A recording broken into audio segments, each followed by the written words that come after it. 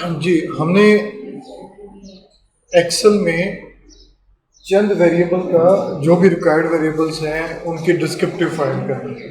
ठीक है, data analysis हमने एक्टिव कर लिया, ये मौजूद है, हम इसे क्लिक करेंगे। डेटा एनालिसिस को जैसे ही क्लिक किया तो आपके पास डेटा एनालिसिस का सिर्फ क्लिक किया आपने, डेटा एनालिसिस को आप क्या करेंगे, क्लिक करेंगे। क्लिक करेंगे तो आपके पास एक मेन्यू आ जाएगा जिसमें मुख्तलिफ पॉसिबल टेस्ट हैं और ये अल्फ़ाबेटिकल ऑर्डर में है। ठीक है, जैसे आप क्या कुछ कर सकते हैं, वन वे एनोवा कर सकते हैं, two way ANOVA with replication है, कोरिलेशन या कोवेरियंस है, डिस्क्रिप्टिव है, टाइम सीरीज वगैरह के वाले से एक्सपोनेंशियल स्मूथिंग है, एफ टेस्ट है टू सैंपल फॉर वेरियंस के लिए, फोरियर एनालिसिस है, हिस्टोग्राम और इस तरह से और बहुत सारी चीज़ें यहाँ पर। इनिशियली हम यहाँ पर करना चाह रहे हैं डिस्क्रिप्टिव स्टैटिस्टिक्स। डिस्क्रिप्टिव स्टैटिस्टिक्स को आप टिक कर देंगे। उस बॉक्स में से हमारा मेन ऑब्जेक्टिव क्या है, mean, median, mod, standard division वगैरह ये फाइंड करना।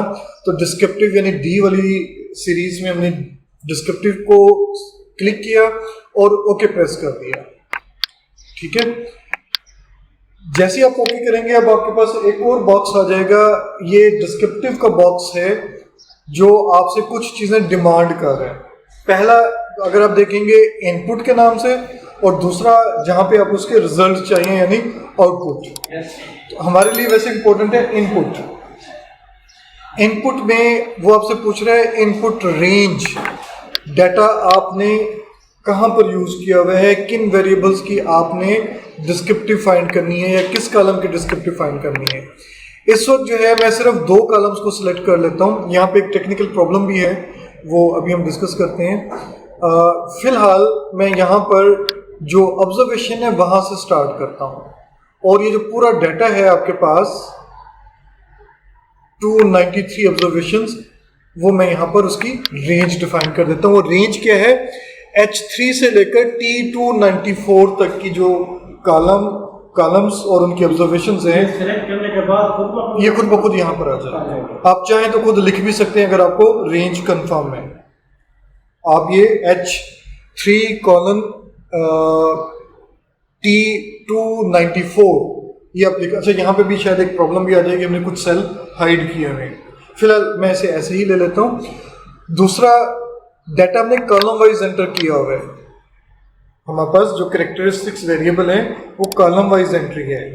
ठीक है, और कॉलम के लेबल यानी कॉलम को कि नाम हमने सिलेक्ट नहीं किया, हमने डायरेक्ट ऑब्जर्वेशन से स्टार्ट किया था, इसलिए हम इसे अनचेक रहने देंगे।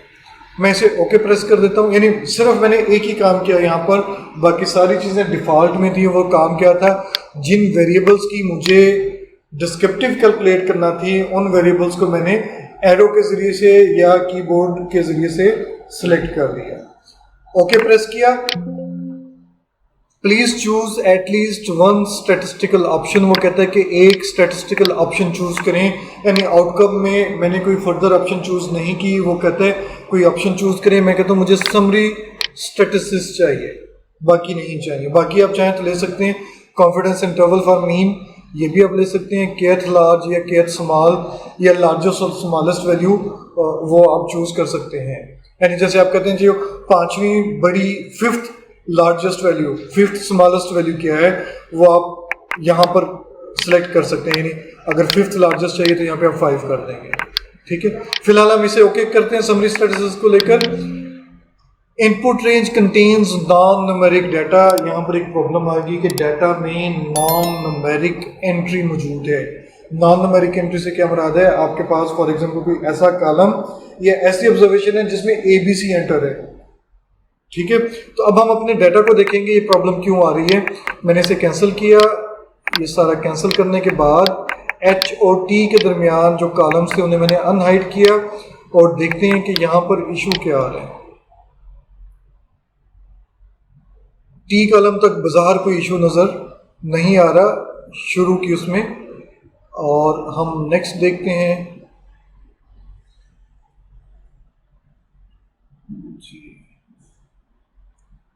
T कॉलम,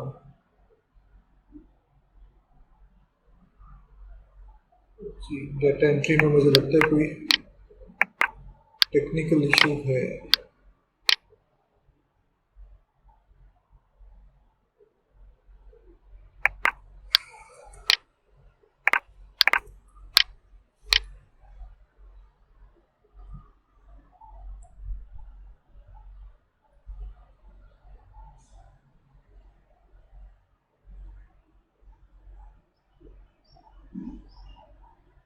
जी बाजार यहाँ पे कोई प्रॉब्लम नज़र नहीं आ रही, लेकिन एक्सेल के मुताबिक ये प्लान है कि इसको भी सिलेक्ट किया हुआ है। नहीं, इसे हमने सेलेक्ट नहीं किया था।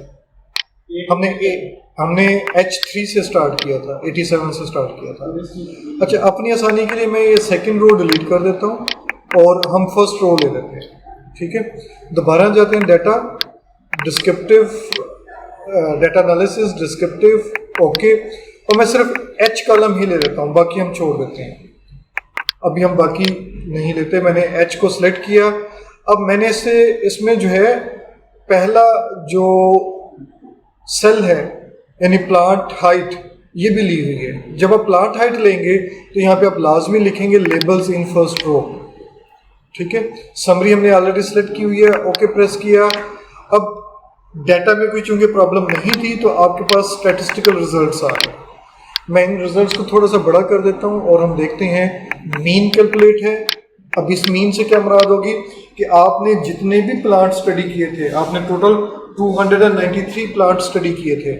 ठीक है, सॉरी 292 प्लांट में की ऑन एवरेज जो हाइट इन सेंटीमीटर बन रही है वो तकरीबन 97 या 98 बन रही है, यानी अगर आप पॉइंट्स इग्नोर कर दें। ठीक है, 98 एवरेज हाइट है उन प्लांट्स की जिन्हें आपने स्टडी किया। स्टैंडर्ड एरर यानी standard deviation divided by under root of observation, ये स्टैंडर्ड एरर टी टेस्ट या जी टेस्ट वगैरह में या फर्दर टेस्ट में कैलकुलेट होती है। यूँ समझ लें, बल्कि एक्चुअली ये क्या है, सैम्पलिंग डिस्ट्रीब्यूशन का स्टैंडर्ड डेविएशन। ठीक है, ये वो है डाटा में कितनी डेविएशन है, कितनी पॉसिबल एरर है। मीडियन भी एक मेजर ऑफ सेंट्रल टेंडेंसी है, यानी सॉर्टेड डाटा की मिडिल मोस्ट ऑब्जर्वेशन। मीन भी एक तरह की मिडिल ऑब्जर्वेशन होती है, लेकिन वो किसी और तरह से कैलकुलेट होती है।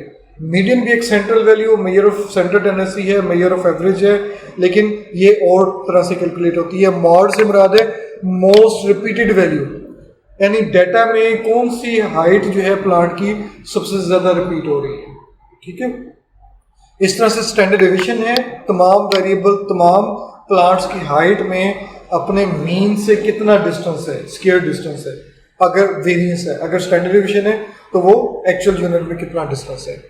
इस तरह से कर्टोसिस है, स्क्यूनेस है, ये डाटा की नॉर्मलिटी वगैरह को चेक करने के लिए यूज होते हैं कि आपका डाटा नॉर्मल है या नहीं है। हमें डाटा की नॉर्मलिटी की क्यों जरूरत पड़ती है? बहुत सारे टेस्ट ऐसे हैं जिनकी प्री अजम्पशन है कि data should be normal. Data अगर नॉर्मल नहीं होगा तो वो आपको सही रिजल्ट्स नहीं मिलेंगे, उन पे आप रिलाई नहीं कर सकेंगे। अदरवाइज आपको कोई और फार्मूला यूज करना पड़ेगा, जैसे नॉन पैरामीट्रिक टेस्ट वगैरह आपको लेना पड़ेंगे। मिनिमम हाइट वाला जो प्लांट आपके पास था वो 10 सेंटीमीटर वाला प्लांट भी मौजूद था। अब यहाँ पे दो पॉसिबिलिटी हो सकती है। सपोज अगर आपके पास तमाम प्लांट की हाइट जो 90 सेंटीमीटर से ज़्यादा है और ये 10 लिखा हुआ है, तो ये आपके पास एक मैसेज कम्युनिकेट हो जाता है, there is some data entry problem. ठीक है, या फिर कोई ऐसा प्लांट है जो एक्चुअली नहीं होना चाहिए था लेकिन वो ऑब्जर्वेशन में था, आउटलायर है, या कोई रियल केस है, वाकई ऐसा प्लांट एग्जिस्ट करता था। इस तरह के पॉइंट को आपने लाजमी तौर पे देखना है जो यूजुअल हाइट से डिफरेंट आ रहा हो। क्या 10 सेंटीमीटर की हाइट जिस टाइम पे आपने ऑब्जर्वेशन ली थी पॉसिबल थी? अगर वो पॉसिबल थी देन गुड, अगर नहीं तो इसका मतलब डाटा एंट्री में इशू। सपोज आप 100 लिखना चाह रहे थे, ये पे कैसे पता चलेगा ये किस प्लाट पे है? वहाँ पे ये जा हाँ, सकते हैं? इस वक्त हमें यहाँ पे नहीं पता चलेगा। प्रॉब्लम क्या है, हम यहाँ पे क्या कर रहे हैं, 290 ऑब्जर्वेशन के अगेंस्ट एक सिंगल ऑब्जर्वेशन हमें मिल रही है। हम ह्यूज इंफॉर्मेशन में से एक ऐसी इंफॉर्मेशन एक्सट्रैक्ट कर रहे हैं जो सिंगल नंबर पर है।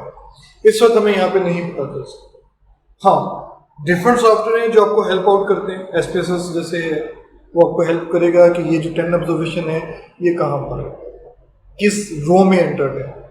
अब एक्सेल में उस तरह से गालबन नहीं है, तो आप यहाँ पर उसे सर्च आउट कर सकते हैं, आप उस पर कंडीशनल फॉर्मेटिंग कर सकते हैं कि कौन सी ऑब्जर्वेशन जो है वो 10 पे लाई करती हैं। फॉर एग्जांपल मैं आपको बता भी देता हूँ। प्लांट हाइट में आते हैं, मैं इस तमाम को सिलेक्ट करता हूँ, तमाम ऑब्जर्वेशंस को, और यहाँ पर होम में जाता हूँ, कंडीशनल फॉर्मेटिंग है for example, highlight cell rule, और सपोज मैं कहता हूँ कि लेस देन, मैं अपनी तरफ से लिख देता हूँ लेस देन सपोज 50, मैं कहता हूँ कि प्लाट की हाइट जो 50 सेंटीमीटर से कम नहीं हो सकती।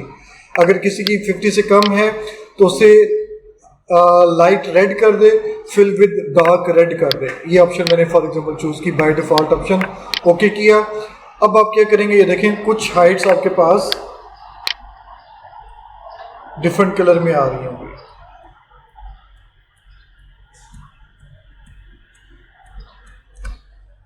ट्वेल्व आ गया।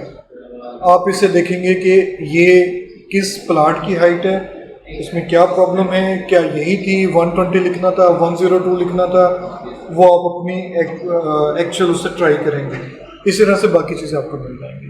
यानी यूँ समझ लें कि जो समरी स्टैटिस्टिक्स है वो बहुत सारे केसेस में डायरेक्टली आपको नहीं बताएगा कि किस डाटा पॉइंट में जो आपको प्रॉब्लम फील हो रही है वो एक्चुअल डाटा में कहाँ पे एग्जिस्ट करता है। अब आपने ये खुद ट्राई करना है कि सॉफ्टवेयर आपको किस तरह से हेल्प कर सकता है। मेरे जहन में आया कंडीशनल फॉर्मेटिंग आपको हेल्प कर सकती है, तो मैंने कंडीशनल फॉर्मेटिंग में रूल डिफाइन कर दिया कि वो ऑब्जर्वेशन जो सपोज 50 से कम है वो हाईलाइट हो जाए। 50 मैंने क्यों चूज़ किया, सपोज प्रीवियस एक्सपीरियंस की बेस पे मेरे पास था कि हाइट जो 50 सेंटीमीटर से कम नहीं हो सकती इस पर्टिकुलर टाइम पर। ठीक हो गया। समरी स्टैटिस्टिक्स में यानी आपको जो रिक्वायर्ड होंगी वो आप अपनी रिपोर्ट में जो है वो कॉपी पेस्ट कर लेंगे, या इनिशियली सजेस्ट मैं ये करूँगा हमेशा ऑल आउटपुट ही आप कॉपी पेस्ट करें, उसकी एक फाइल अलग से बना लें, ठीक है, या इस एनालिसिस को सेव कर लें अलग से। जब आपको जिस चीज़ की ज़रूरत हो वो आप कॉपी कर लें। बाद में हो सकता है कि आपको सपोज आपका सुपरवाइज़र या कोई जर्नल जहाँ पे आपने आर्टिकल पब्लिश करना हो वहाँ पे आपको ज़रूरत पड़े स्क्यूनेस और कर्टोसिस भी रिपोर्ट करें और आपने रिपोर्ट ना किया हो तो आपको री एनालिसिस नहीं करना पड़ेगा, आप उसी एनालिसिस पे जाएंगे और कॉपी पेस्ट करेंगे। सर ये फिर हमें हर वैरायटी का मीन अगर चाहिए हो वो फिर ये तो ओवरऑल मीन है। हाँ, इस वक्त हमारे पास जो एनालिसिस आ रहा है इसमें इररिस्पेक्टिव ऑफ वैरायटीज आ रहा है। जी सर। ठीक है, अभी हम उस तरफ नहीं जा सकते, हम नेक्स्ट जाएंगे, नेक्स्ट फेज में जाएंगे, वहाँ पे हम देखेंगे कि वैरायटीज का mean, standard division, skewness kurtosis कैसे कैलकुलेट हो। अभी हम ये देख रहे हैं कि एक्सेल हमें क्या फैसिलिटेट कर रहा है। ये सर हमारे पास हमने इसको बैठे कर दिया, अगर हम इसको पीडीएफ फॉर्मेट में या किसी फॉर्मेट में कोशिश करें पीडीएफ में ना लें, जब भी कोई आउटकम आए उसे पीडीएफ में ना लें। हाँ, उसे आप फाइल में जाएंगे, स्पेस डाटा, यही डाटा फाइल है, सेव एज करें, ब्राउज में जाएं, जहाँ आप उसे सेव करना चाह रहे हैं वहाँ पर आप उसे सेव कर दें। मसला अब आप यहाँ पर जो उसे नाम देंगे, सपोज वो डाटा, और आप इसे डाटा और एनालिसिस का नाम दे देंगे, डाटा एंड एनालिसिस का नाम आ जाएगा। ठीक है, सपोज में इसे सेव एज में जाएंगे, आप सेव भी कर सकते हैं, कोई इशू नहीं है। रिसर्च डाटा, सपोज मैं कहता हूँ कि रिसर्च डाटा एंड आउटपुट्स, ठीक है, मैंने इसे सेव कर दिया। अब ये जी डेटा इनपुट मतलब उसके लिए फॉर्मूला लगाना या सेट करके फिर डेटा एनालिसिस करना, एक बार दोबारा रिवाइज कर दें। किस चीज़ को, मैं क्वेश्चन ये जो डेटा सर आपने इनपुट किया है ना सर एक्सेल में, ये मैंने डाटा इनपुट नहीं किया, ये डाटा ऑलरेडी इनपुटेड था। ठीक है, मुझे ये फाइल बनी बनाई दी गई है आप लोगों तो को। मेरे पास भी आ गया। हाँ जी, ठीक है ना सर। हाँ जी, उसके बाद में डेटा एनालिसिस जो है ना सर उस पर क्लिक किया, ठीक है, ठीक है ना सर। तो यहाँ जो इनपुट रेट आ गया हमारे पास, अच्छा ठीक है, ठीक है, तो यहाँ से आगे कैसे जाएंगे वो मैं आपको बताता हूँ, इसको पीडीएफ में जाकर उसके रीजन क्या है मैं बताता हूँ, अभी बताता हूँ।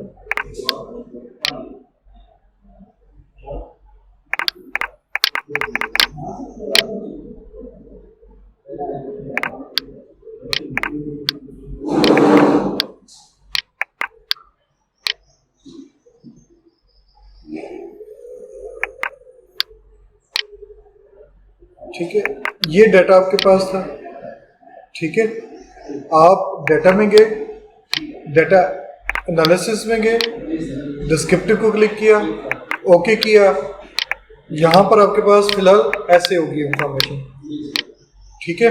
आप इधर क्लिक करेंगे, ठीक है, और प्लॉट हाइट पर आकर क्लिक करेंगे, ठीक हो गया। अब मैंने कीबोर्ड से कंट्रोल का बटन प्रेस किया, शिफ्ट का बटन प्रेस किया और डाउन एरो प्रेस किया। Control shift and down arrow, ऐसा करने से क्या होगा, उस कॉलम की पहली ऑब्जर्वेशन से लेकर पहले सेल से लेकर लास्ट सेल तमाम सिलेक्ट हो गए। मैंने क्या काम किया, कंट्रोल शिफ्ट और डाउन एरो। जब मैंने प्लांट हाइट को क्लिक किया था, टिक किया, सेलेक्ट किया था, ठीक हो गया।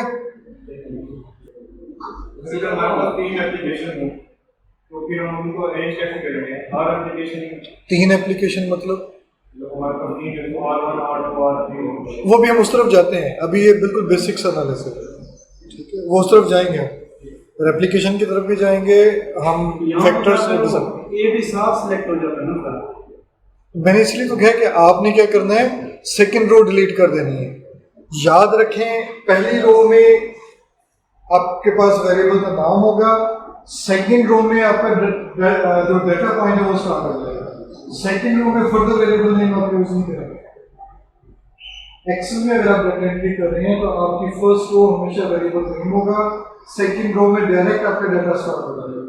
अब जैसे आपने प्लॉट हाइट सेंटीमीटर लिखी है और उसके नीचे आपने ए लिखा हुआ है, वो प्लॉट हाइट सेंटीमीटर के साथ ही ए आना चाहिए, ठीक है।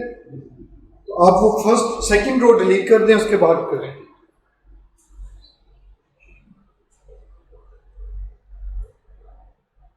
सेकंड रो डिलीट कर दें सर, हाँ। ABC को खत्म कर दें, वो खत्म कर दें। हो गया ये?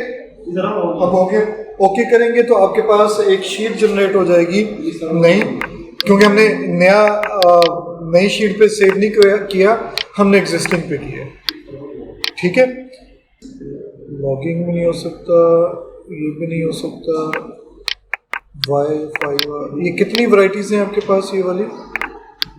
इस कॉमे का क्या मतलब है, इस कॉमे का? अच्छा चलो, मैं सिर्फ अपनी आसानी के लिए इन कॉमास को यहाँ पर सपोज 5R कर देता हूँ, या चलें, लेकिन मिसिंग वैल्यू का मतलब, जी मेरा हाइपोथेसिस है YR आपके पास क्या है, ये कम से कम 50 तक कर देते हैं, बाकी को नीचे डिलीट कर दें, कोई भी रहेगा, कोई इशू नहीं है, ठीक है। YR से क्या मुराद है? येलो रस्ट डिजीज है, डिजीज है, yellow rust. 5R 10 MR MS ये मतलब उसके ऊपर 5% है या उसके ऊपर 10% है ये। अच्छा, अगर मैं इसे ये कहूँ कि एक प्लांट आपने लिया, उस पर yellow rust yellow rust 5R है, तो ये ग्रुप 1 हो गया 5R का, और 10 MR MS है, ये सेकंड ग्रुप हो गया सपोज, ठीक है। इसी तरह से 20 MR MS हो गया, ये थर्ड ग्रुप हो गया, ठीक है। हम अब ये देखना चाह रहे हैं कि वो जो रस्ट के, येलो रस्ट के डिफरेंट ग्रुप हैं, उनकी प्लांट हाइट में डिफरेंसेस हैं या नहीं है। यानी मैं अपने पॉइंट ऑफ व्यू से, अपने एक्सपीरियंस की बेसिस पर सोचा, और मुझे नहीं पता कि एग्रीकल्चर के पॉइंट ऑफ व्यू से जो रिसर्च क्वेश्चन है वैलिड है क्या नहीं है। सिर्फ मैं इसे इस तरह से सोच रहा हूँ कि जो येलो रस्ट वाले डिफरेंट ग्रुप हैं, उनकी हाइट डिफरेंट है एक दूसरे से या नहीं। यानी वो प्लांट जिनकी येलो रस्ट ग्रुप 5R होता है, सपोज उनकी हाइट कुछ और है, और वो जो 20 MR में है उनकी हाइट कुछ और है, क्या ये स्टैटिस्टिकली डिफरेंट है? ठीक है, तो हम इसे चेक करना चाह रहे हैं। अगर ये एग्रीकल्चर के पॉइंट ऑफ व्यू से वैलिड है तो आप इसे बेसिकली अब किस तरह से एनालाइज करेंगे? 1 वे नोवा की तरफ जाएंगे। आप क्यों जाएंगे? एक आपके पास आउटकम वेरिएबल है और एक आपके पास फैक्टर है। दूसरे अल्फाज में एक आपके पास क्वांटिटेटिव वेरिएबल है, एक क्वालिटेटिव है। जो येलो रेस्ट वाला आपके पास वेरिएबल है ये क्वालिटेटिव है, इसमें ग्रुप्स हैं, ठीक है। और जो प्लांट हाइट वाला आपके पास है ये क्वांटिटेटिव है, ये आउटकम वेरिएबल है। ऑब्जेक्टिविटी क्या है कि डिफरेंट ग्रुप की हाइट जो है ऑन एवरेज एक दूसरे से डिफरेंट है या नहीं है। अब चूंकि 2 से ज्यादा ग्रुप हैं तो आप क्या करेंगे, आप नोवा की तरफ जाएंगे। अगर यहाँ पे होते 2 ग्रुप फिर आप टी टेस्ट या जी टेस्ट की तरफ जाते हैं। डाटा में जाएंगे, डाटा एनालिसिस में जाएंगे, वन वे सिंगल फैक्टर नोवा, आपके पास प्लांट हाइट पे इफेक्ट करने वाला एक ही वेरिएबल है जो आप येलो रेस्ट कह रहे हैं, ठीक है। और अब हम इसे क्या करेंगे, ओके कर देंगे। इनपुट रेंज, हम रेंज को सिलेक्ट करेंगे जिसमें जो है क्या नाम है, हमारा आउटकम वेरिएबल आएगा। अब यहाँ पर एक टेक्निकल प्रॉब्लम आ गई। वो प्रॉब्लम ये है कि जो डाटा अब आपको चाहिए, हर ग्रुप का डाटा अलग से चाहिए। डाटा एंट्री हमने जो की हुई है एक्सेल में, वो डाटा एंट्री की हुई है हमने ग्रुप एक कॉलम में डाल दिए, आउटकम दूसरे कॉलम में डाल दिए। इसका मतलब है कि या तो हम अपने डाटा को सॉर्ट आउट करेंगे, 5R वाली ऑब्जर्वेशन एक कॉलम में, 10MR वाली दूसरे में, नेक्स्ट वाली, इस तरह से हर ग्रुप का कॉलम बनाएंगे। वो कॉलम हम यहाँ पे चूज करेंगे, यानी कि इनपुट रेंज देंगे और ओके करेंगे। अब इस वक्त ये काम हमें मुश्किल लग रहा है, ऑप्शंस मौजूद हैं, हम ये बड़ी समय से कर भी सकते हैं, लेकिन हम अपना टाइम वेस्ट नहीं करते, लाइट का भी इशू है, तो हम इसे ट्राई कर लेते हैं सपोज एसपीएसएस या नोवा में। अब मेन पॉइंट फर्दर क्या है, डाटा हमारे पास एक्सेल में है और हम मूव कर रहे हैं मिनी टैब और एसपीएसएस में। मैं इसे दोबारा फिर कम्युनिकेट कर देता हूँ। हमारे पास प्रॉब्लम क्या है कि यूं समझ लें कि जो एक्सेल है वो हमें, जिस तरह से हमने डाटा एंट्री की है उस पॉइंट ऑफ व्यू से हमें एक्सेल फैसिलिटेट नहीं कर रहा वन वे नोवा के लिए।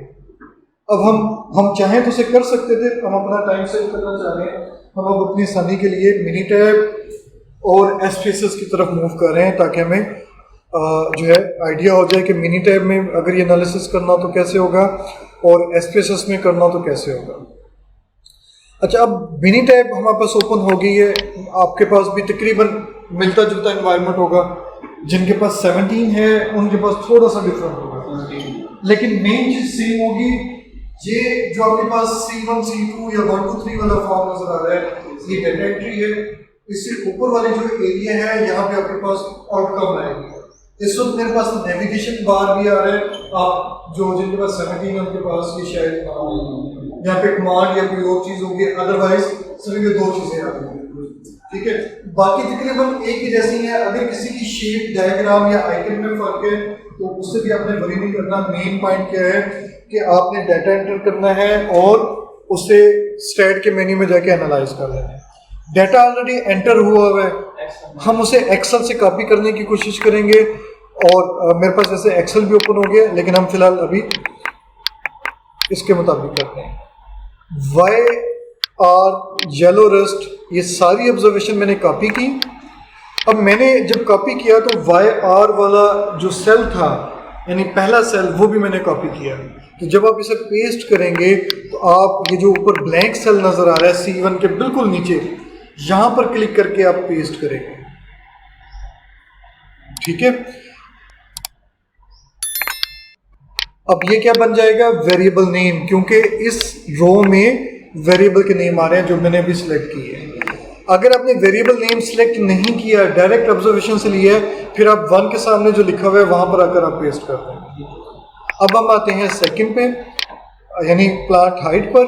मैं सिर्फ समझाने के लिए 87 से स्टार्ट ले रहा हूं, ठीक है, यानी पहला सेल मैं नहीं ले रहा, सेकंड सेल से मैंने स्टार्ट किया, कॉपी किया, मिनी टैब में गया और मैं अब यहां पे पेस्ट करूंगा, यानी सेकंड सेल से जहां पे इस वक्त सिलेक्टेड है, ये कंट्रोल V किया। अब मुझे यहाँ पे नेम खुद लिखना पड़ेगा, ठीक है। सपोज हम दोबारा ऐसे ट्राई करते हैं, मैं इसे अब फर्स्ट सेल से ही ट्राई करता हूँ। फर्स्ट सेल से कॉपी किया, मैं यहाँ पर आकर पेस्ट कर देता हूँ। अब यहाँ पर एक टेक्निकल प्रॉब्लम आ गई और आपके पास एक वार्निंग भी आ गई। टेक्निकल प्रॉब्लम क्या है? वो ये कहते हैं यहाँ पे सी लिखा है, यहाँ पे इसके साथ टी और इसके साथ भी टी आ गया। सी डैश टी का मतलब है ये टेक्स्ट कॉलम है, न्यूमेरिकल कॉलम नहीं है, इसमें आउटकम नहीं है।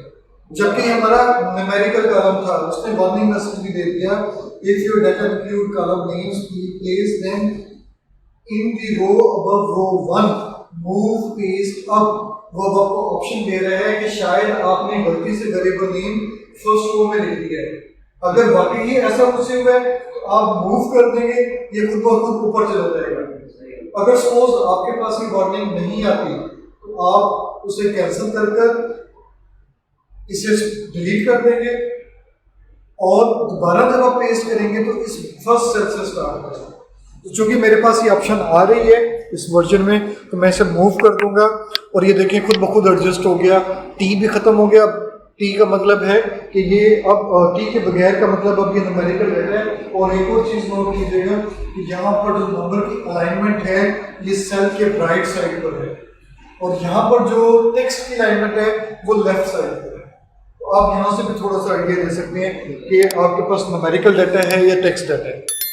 अच्छा, अब हमारा जो काम था वो था नोवा के हवाले से करना चाह रहे थे। वन वे नोवा होगा, वन वे नोवा को मैंने टिक कर दिया। दोबारा मैं फिर बता देता हूँ, stat ANOVA one way, ANOVA one वे।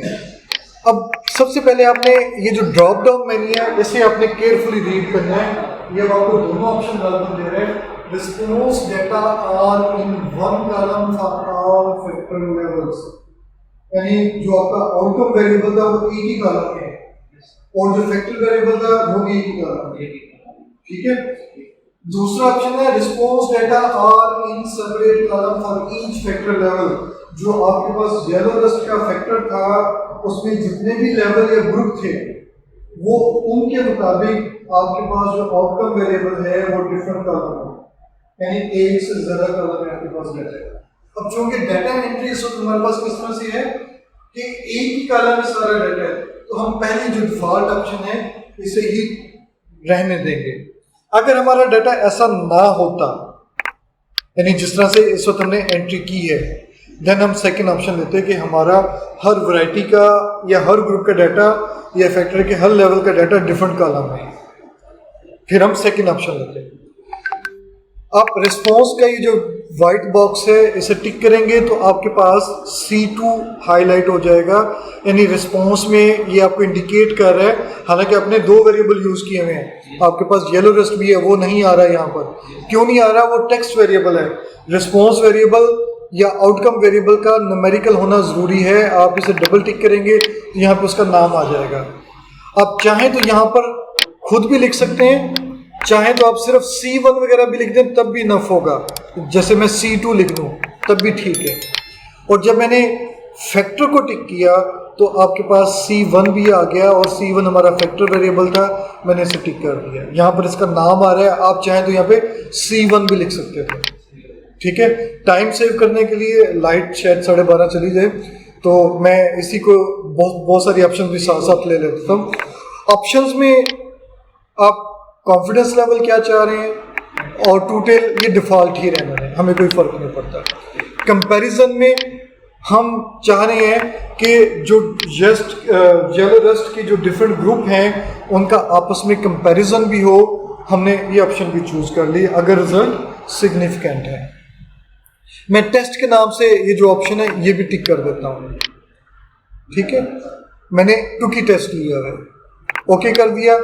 ग्राफ डिफरेंट ग्राफ है, ये आपको चाहिए। Interval graph, individual value plot, box plot, 4-in-1।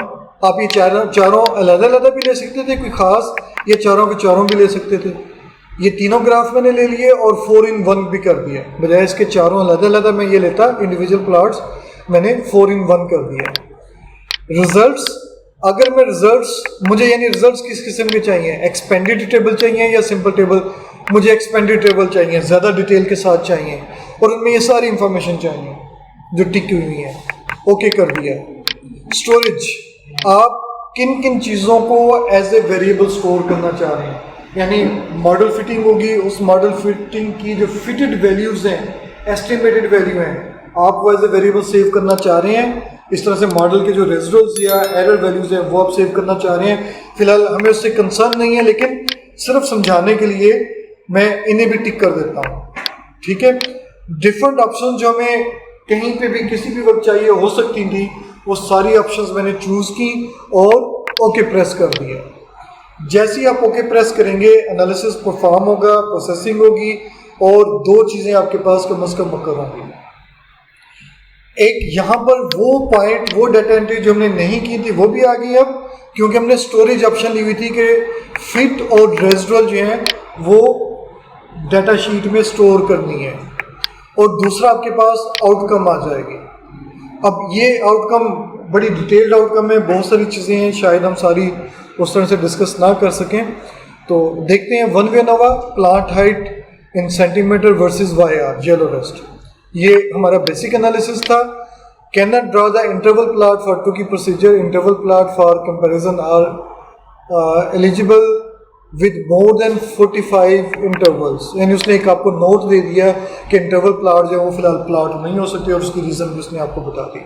Method क्या यूज़ हुआ, नल हाइपोथेसिस क्या था, वही हम जो क्लास में करते रहे, μ1 = μ2 = μ3, चूँकि ग्रुप ज़्यादा थे या ज़्यादा होते हैं तो उसने क्या किया, all means are equal, not all means are equal, null और अल्टरनेटिव जनरलाइज उसने कर दिया। लेवल ऑफ सिग्निफिकेंस 0.05 और equal variances were assumed for analysis, हमने अज्यूम किया कि हर ग्रुप के जो मीन्स हैं वो इक्वल हैं। फैक्टर इंफॉर्मेशन, आपके पास ये 30 लेवल के फैक्टर्स हैं, यानी ये जो ग्रुपिंग वेरिएबल था इसमें 30 ग्रुप बन रहे हैं, वैसे बहुत ज़्यादा ग्रुप है। इन 30 ग्रुप में वैसे हम देखें तो शायद कोई स्टैटिस्टिकल या डाटा एंट्री की वजह से इशू आ जाता है, जो इस वक्त मुझे नजर नहीं आ रहा है। 10M और 10MR शायद ये एक ही हो, इसका मतलब यहाँ पे टाइपिंग मिस्टेक है, या तो आपने यहाँ पे भी R लिखना था M के साथ, या फिर यहाँ भी R लिखा। अब जब आप सॉफ्टवेयर में इस तरह की डाटा एंट्री करेंगे तो प्रॉब्लम क्या होगी, 10M और 10MR उस सॉफ्टवेयर के मुताबिक डिफरेंट ग्रुप में, अगर आपके मुताबिक ये सेम ग्रुप थे तो दोनों का कोड आप एक जैसा यूज करेंगे। अच्छा, इसमें अगर आप देखिए तो कोमा भी यूज हो रहा है, वो जो मिसिंग ऑब्जर्वेशन आप कह रहे थे उसमें आपने कोमा पुट किया था, कोमा पुट नहीं होना चाहिए था, आप उसे ब्लैंक ही रहने देते।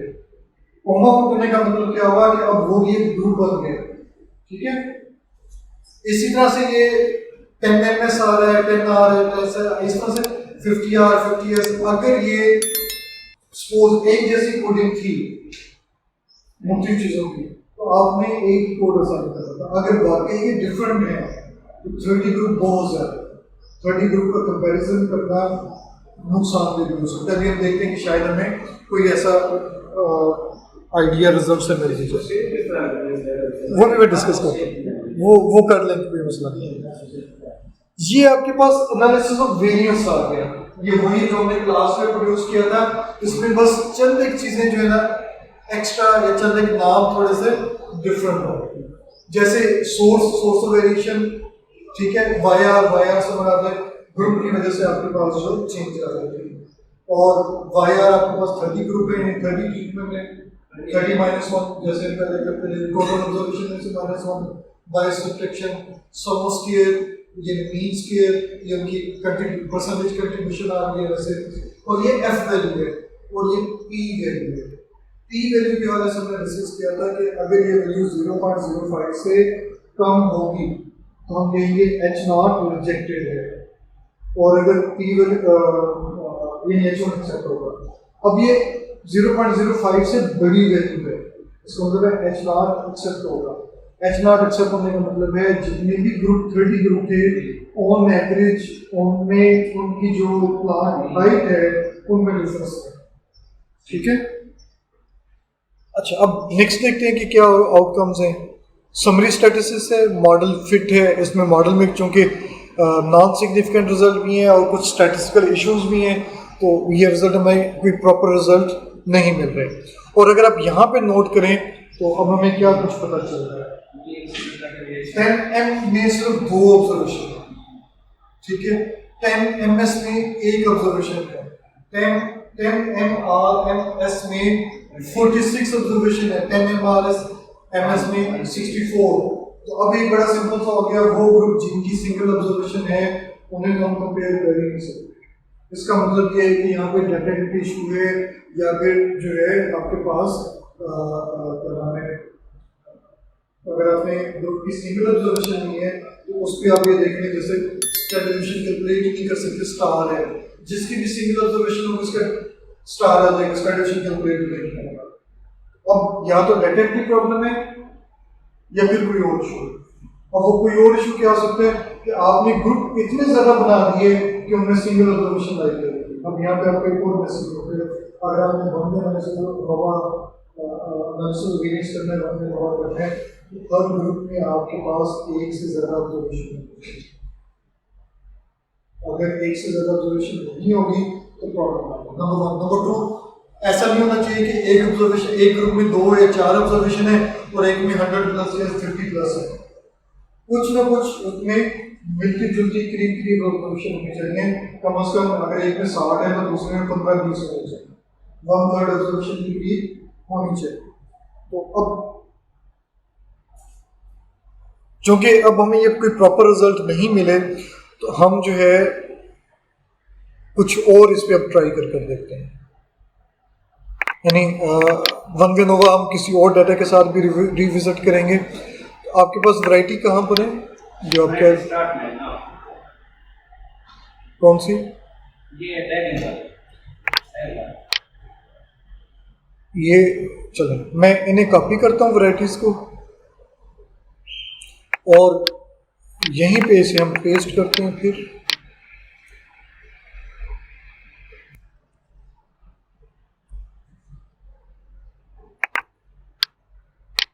ठीक है,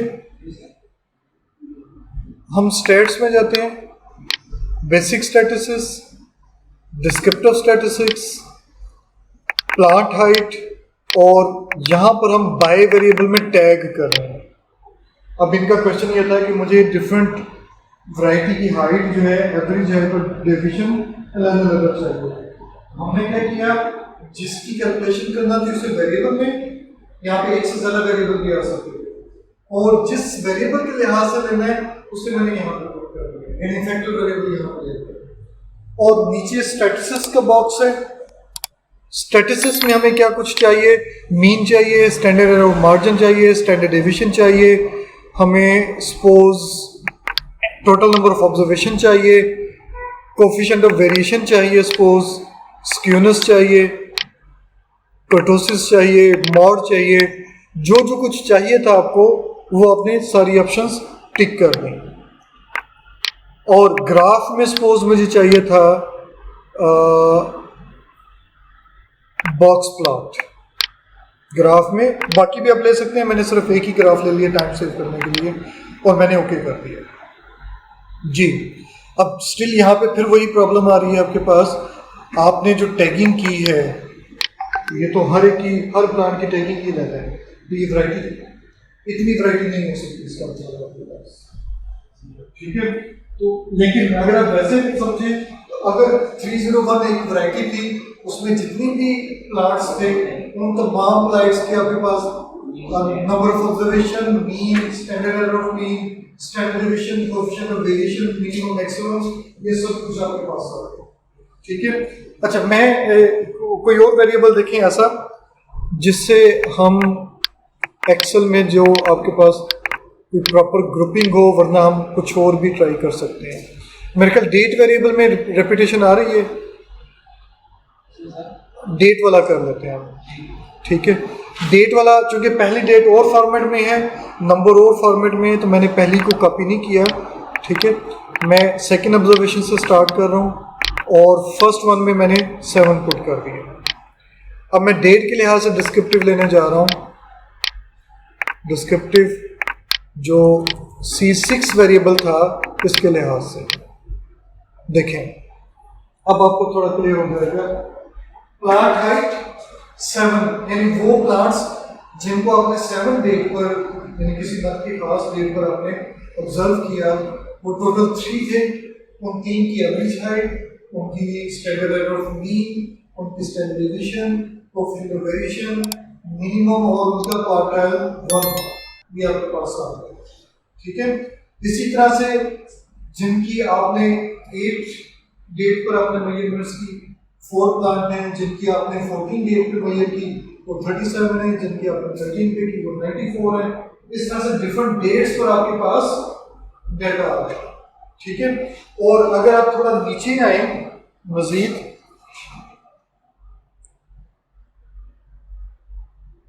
तो इसमें चूंकि स्टैटिस्टिक्स ज्यादा थी, quarter 3, median, minimum, maximum, mod वगैरह ये भी आपके पास उससे नीचे ही आ रहा है उन्हीं डेट्स की।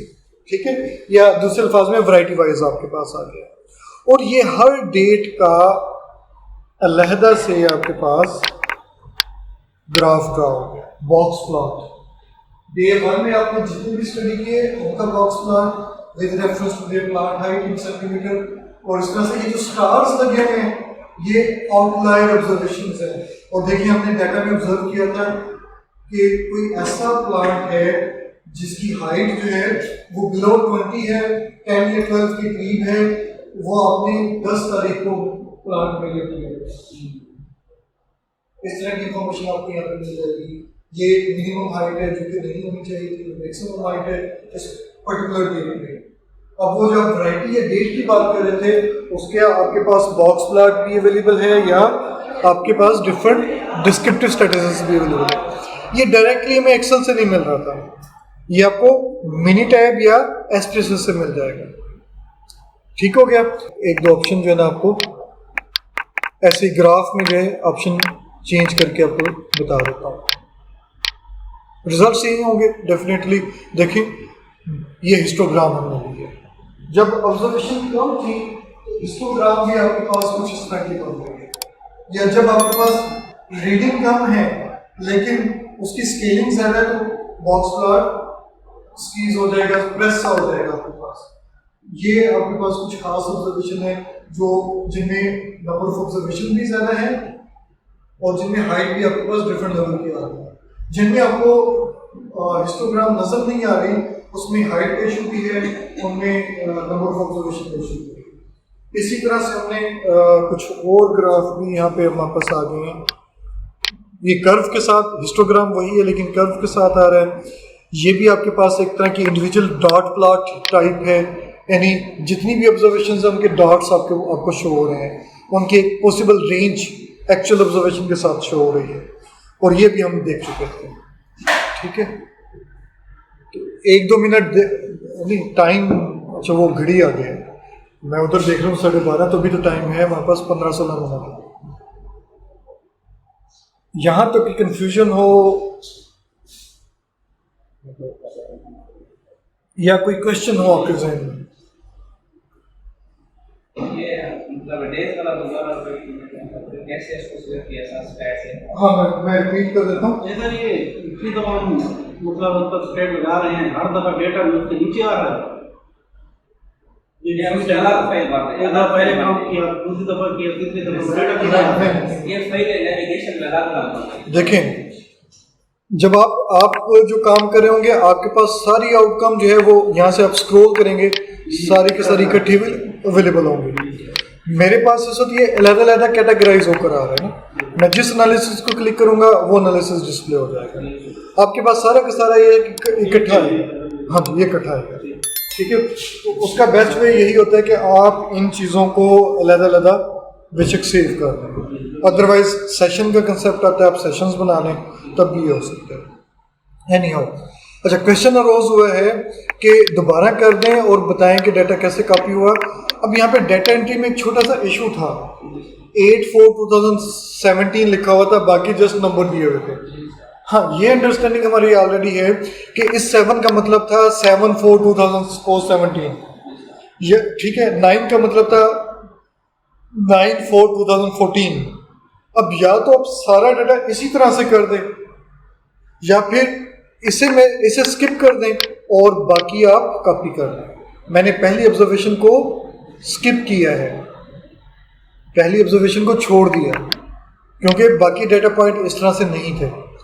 मैंने यहाँ पर आकर क्या किया कि इस ऑब्जर्वेशन को छोड़कर यहाँ से स्टार्ट किया था, सेकंड से, यहाँ पर आकर पेस्ट कर दिया, और यहाँ पर सपोज हमने 7 या 8 या जो भी डेट लिखनी थी वो डेट लिख दी, और वेरिएबल का नाम आपने सपोज डेट दे दिया। ठीक हो गया? यहाँ तक कोई क्वेश्चन? अब चूंकि इस डाटा में बाजार बहुत सारी प्रॉब्लम नजर आ रही हैं, अब हम अपना डाटा चेंज करते हैं। हम वो डाटा यूज़ करते हैं जो अपने फैक्टोरियल डिज़ाइन के हवाले से दिया हुआ है, उस पर हम डिफरेंट को ट्राई करते हैं, क्योंकि ये प्रॉब्लम ही करता रहेगा। जो चीज़ हम कर रहे हैं वो नॉन से वाला जो था सर वाला कर रहे थे, वही करते हैं। ठीक है, मिनी टाइप को मैं क्लोज नहीं कर रहा, लोड होने में टाइम लेते हैं, तो हम इसे प्रोजेक्ट को मैं न्यू ले रहा हूँ और इसे मैं सेव नहीं कर रहा। ठीक है, और इस फाइल को भी हमने क्लोज कर दिया, हमें कुछ प्रॉब्लम फील हो रही थी। ठीक है, हम एक्सेल की दूसरी फाइल में आते हैं और इस डाटा एंट्री को देखते हैं। इस डाटा एंट्री के हवाले से अब हमें करना क्या है?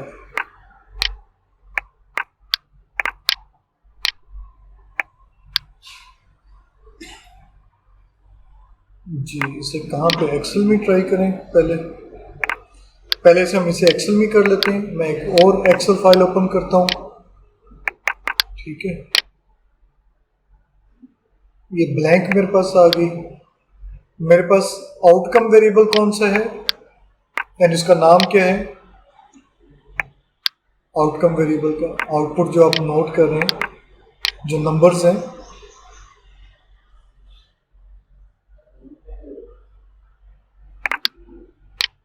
जी, ये जो 8 पॉइंट समथिंग लिखा हुआ है, जी जी, ये क्या है? ये हमारे पास आउटपुट है सर, ये अपना रेडिकल ब्रांड है और यूनिट है और सीड कॉम्बिनेशन है। ये मैंने आउटपुट लिख दिया। जी सर, ठीक है, आउटपुट के साथ हमारे पास जो E1 E2 है, ये आपने कहा था ये वैरायटीज है। जी सर, E1 E2 RITYIES होगा।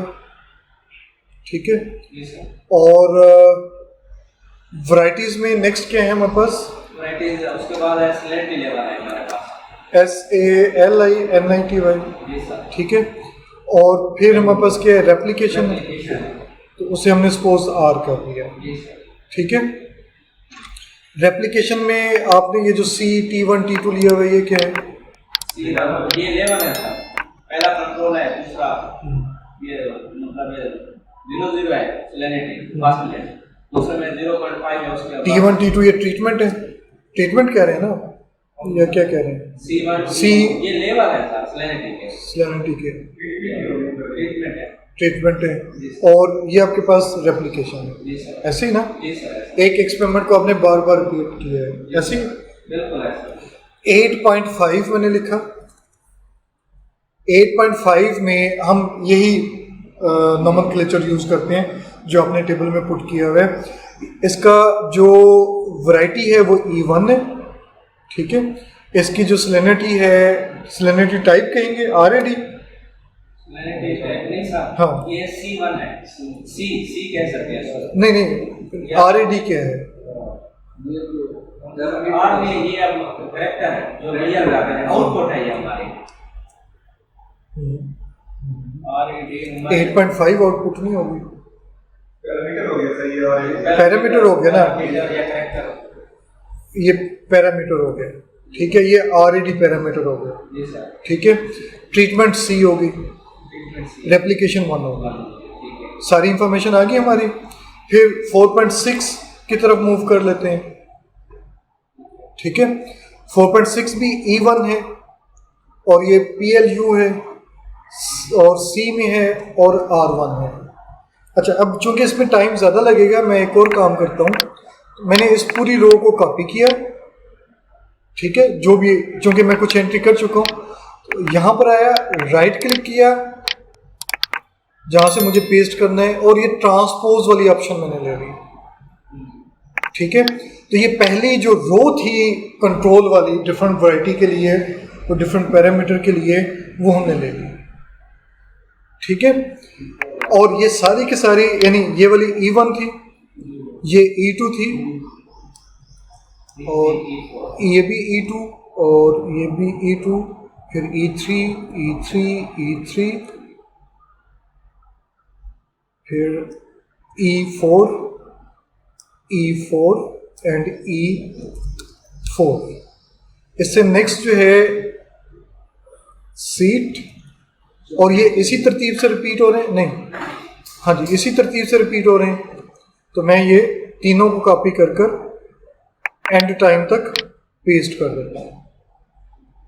एक ही रो हमने की हुई थी ना, और ये सारा का सारा सी था, तो मैं इसे डबल टिक कर देता हूँ, ये सारा सी हो गया, और ये सारा का सारा R1 था, इसे मैं फर्दर डबल टिक कर देता हूँ। सॉरी, ये अब ये इस तरह से नहीं हो रहा, तो मैं इससे पहले पोस्टऑफ पुट कर देता हूँ, और अच्छा ये चेंज नहीं होगा। चलो इसे हम कॉपी पेस्ट कर देते हैं, या R1 हो गया। पहली रो हमारे पास कंप्लीट हो गई। अब नेक्स्ट रो यानी ट्रीटमेंट 2 पर आते हैं। ये मैंने सारा कॉपी किया, ठीक है। यहाँ पर आकर हमने इसे पेस्ट जब करना है तो ट्रांसपोज कर कर करेंगे, कॉलम वाइज आ जाएगा।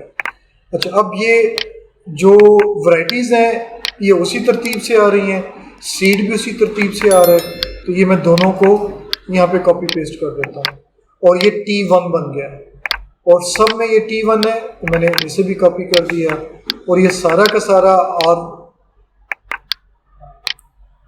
T1 हम सारा का सारा कॉपी करेंगे, नंबर चेंज हो रहे हैं, तो ये T1 बन जाएगा। और इसी तरह से ये सारा का सारा R1 है, तो इसे हम R1 ही करेंगे, ठीक हो गया। यानी जिस ऑब्जर्वेशन का जो भी कैरेक्टरिस्टिक्स बनता था मेजरमेंट के पॉइंट ऑफ व्यू से, जिस फैक्टर के लेवल में लाई करता था, वो हमने नोट कर लिया उसके साथ साथ। अब ये थर्ड आ गया आपके पास, इसे हमने सेलेक्ट किया, कॉपी किया, और हम इधर आए, राइट क्लिक किया, ट्रांसपोज को टिक किया, और अगेन ये हमारे पास जो E1 से लेकर E4 तक का मैकेनिज्म है ये सेम है, और ये भी सेम आ रहा है हमारे पास, उसी तरतीब से बार बार रिपीट हो रहा है। और ये T2 बन जाएगा। T2 चूँकि हम ड्रैग फिलहाल नहीं कर सकते, तो हम T2 को कॉपी पेस्ट करेंगे, और R1 को भी कॉपी पेस्ट करेंगे। ये मैंने कॉपी किया और इसे हमने पेस्ट कर दिया। पहली रेप्लिकेशन हमने इस तरह से पुट कर दिया, ठीक है। क्लियर हो गया? कोई इशू है तो बता दें, कोई प्रॉब्लम ये किसी अंडरस्टैंडिंग में इशू आ रहा है। अगर हम इसे देखें तो ये आपका इस डाटा एंटर इस तरह से हुआ है रेप्लिकेशन 1 के लिए, R1 के लिए, ठीक है, जिसमें ये आपका रिस्पॉन्स वेरिएबल है और बाकी आपके पास फैक्टर्स हैं या 7 रेप्लिकेशन, ठीक हो गया। नेक्स्ट रेप्लिकेशन एंटर करनी है तो अगेन आप सेकंड पे जाएंगे, उसी तरह से फिर इसे कॉपी कर लेंगे, ठीक है। शीट पर आएंगे, यहाँ पे हम इसे पेस्ट करते हैं। अब देखिए मैंने गलत पेस्ट किया, तो ये एक्चुअली ट्रांसपोज पे होना चाहिए था, ठीक है। E1 से लेकर E4 तक, और ये रेडिकल और जो भी आपके पास था ये आ गया। और अब ये हमारे पास कौन सा है, कंट्रोल वाला, और ये सारा।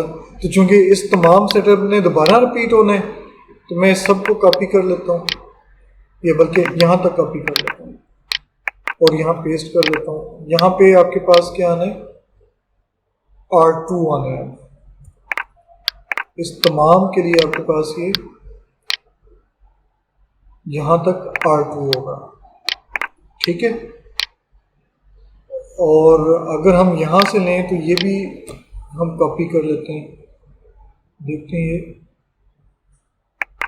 ये भी हमने पेस्ट कर दिया, फिर पेस्ट कर दिया, तीनों लेवल के लिए हमने पेस्ट कर दिया। अब हमने सिर्फ ऑब्जर्वेशंस कॉपी करने हैं। नेक्स्ट ऑब्जर्वेशन कॉपी की हमने, और यहाँ पर ट्रांसपोज कर दिया, फिर नेक्स्ट ऑब्जर्वेशन ली और